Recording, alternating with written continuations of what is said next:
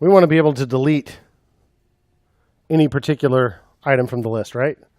So each list item, in addition to some text, is going to need a delete button. And eventually, we're going to have all kinds of buttons there to fave them and move them up and down the list, maybe even to edit them. Sooner or later, I'm going to get real sick of document.createElement. Anybody sick of it already?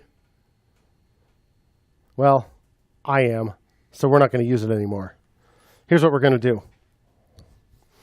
What if we could create one list item that has everything in it that we want, and then we just copy that one each time? It'd be nice to actually be able to write it as HTML. So we'll just put this one on the page and we'll hide it. And then every time we need a new one, we'll just copy it and change the parts that should be different. How's that sound? Sounds a lot easier to me.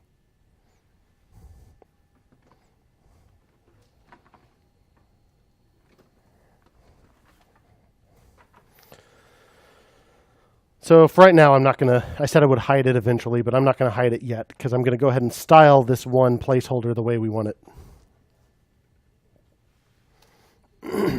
So I'm going to go ahead and put in an LI here.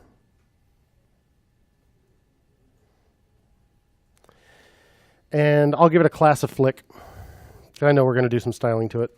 Class equals flick. And we're going to have the name of the flick, and then we're going to have a number of buttons.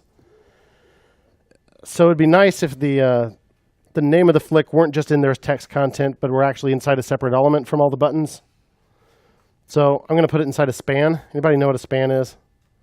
It's a semantically meaningless element. It's just the generic inline element the same way that a div is the generic block level element. So it's inline, meaning it's not on a line by itself. You can put it anywhere in the middle of the line. Doesn't mean anything, but it's a nice way to just set some piece of it apart because you want to style it differently or because you want to be able to target it with JavaScript or whatever. So I'm just going to put a span here with a class of flick name. And that's where we're going to put the flick name. So let's just put something in there as a placeholder for now so we can style it and stuff. Remember that one where he was like a space werewolf or whatever? Jupiter Ascending. I never saw it, but wasn't he like a skateboarding space werewolf or something?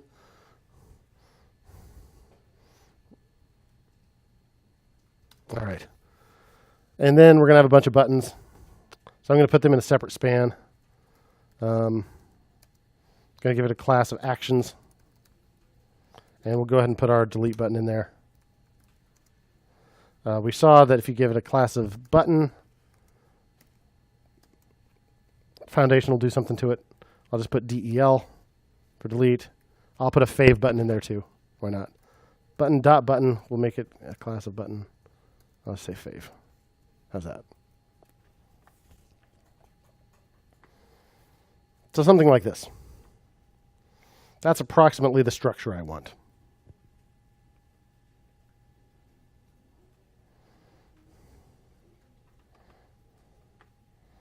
Let's see what that looks like so far. Okay, looks kind of hideous, but it's there, by golly. Maybe we can use Foundation to make it look a little better. First of all, I don't want them to have bullets next to them. We saw yesterday you could use list style none. There's a class built into Foundation for that. So let's have a look at that. Let's see. I think they put it under typography helper classes. Let's search the page for list. Yeah, unbulleted list. So in Foundation, the UL is a bulleted list, OL is a numbered list, but you can add the class no bullet to remove the bullets and numbers respectively. So in our UL here, I'm just going to add the class no bullet.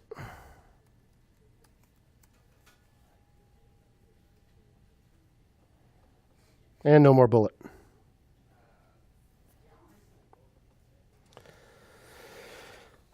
Now, I'd kind of like it if the title of the movie just took up however much space it needs, and the buttons were always all the way to the right.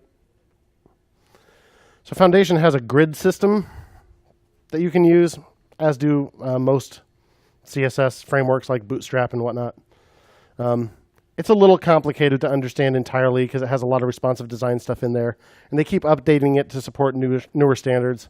So I think it actually supports CSS Grid now, which is a pretty new standard that just became super widely supported in the last few months. It's been around for a couple years, but it's now pretty widely supported in the new browsers. Also supports Flexbox and stuff. So it's very well documented. Again, if you look up general, it's got a lot about this grid system.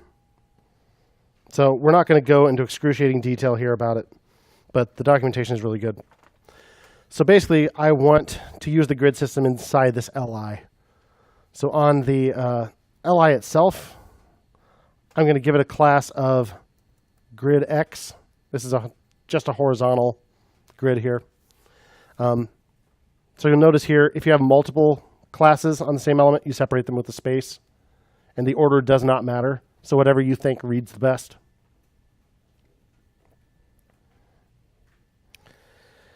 And then the two items in my grid are this span and this span. And I want to say that this can take up as much space as it wants.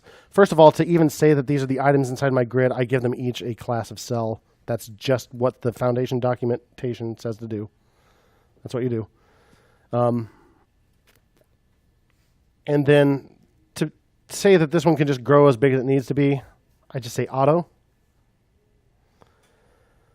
But this one I want to be basically as small as it can be. I want it to be as big as it needs to be and no bigger. So I put shrink.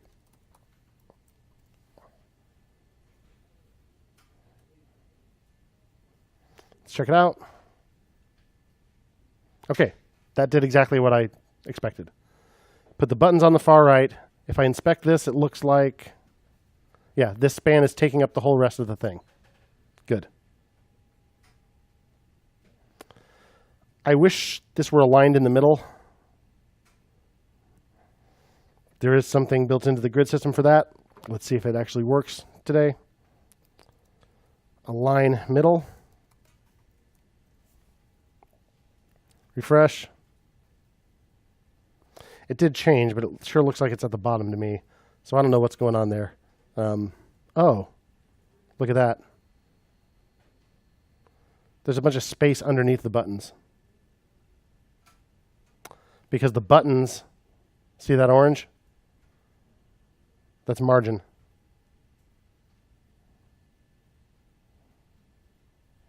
Bottom margin of 16 on the buttons. When you inspect these, you can see where their styles came from. So it looks like foundation, that class of button, gives it a margin of 1 rem on the bottom. So we're going to override that in our CSS. That's why it's not aligning in the center. Figured out why it wasn't aligning in the middle. Why? It's because foundation puts bottom margin on buttons. Yeah. Okay. So in our CSS, which I've pasted a bunch of other stuff into to make my silly little thing. So the dot button class is what defined that, so we need to override that. I don't need to do it everywhere because I'm sure there are places where this is going to look good. So I'll say specifically inside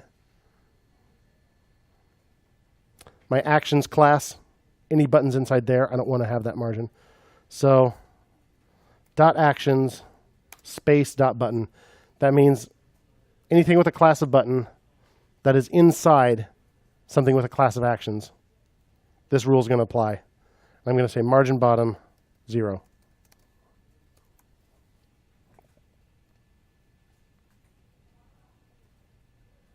There we go. Now it's lined up in the center. And I think that could also use some space around it. This is hugging the side there. So let's fix that too. So that is the span flick name. I'll just give it a little margin. None on the top and bottom. Let's say 3/4 of a rim on the left and right. Just a little.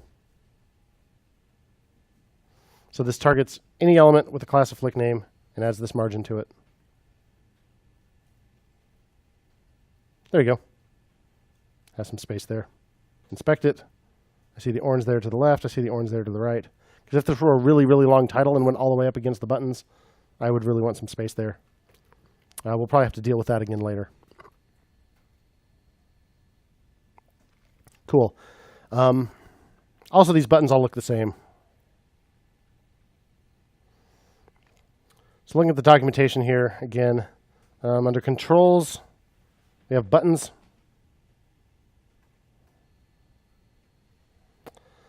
So we can get buttons. You can modify the size by putting different classes on them. You can modify the color by putting classes on them. So primary makes it blue, etc. Let's make the delete button alert. Red seems appropriate. So button alert. I think I like this color for the fave button. So let's throw a warning in there.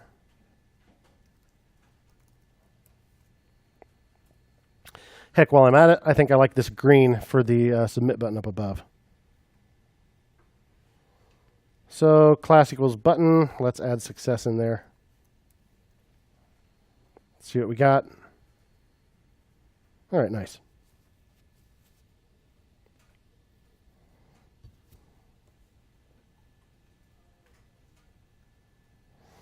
Add some more. Yeah. So we're not yet doing the thing we said we wanted to do, right? Where we just make a copy of that for each one we add. But we've got this one looking kind of okay. Could probably use some space around it, but we'll deal with that later. All right, so this is going to be my template for all the other list items, right? So I will say add in style the flick template.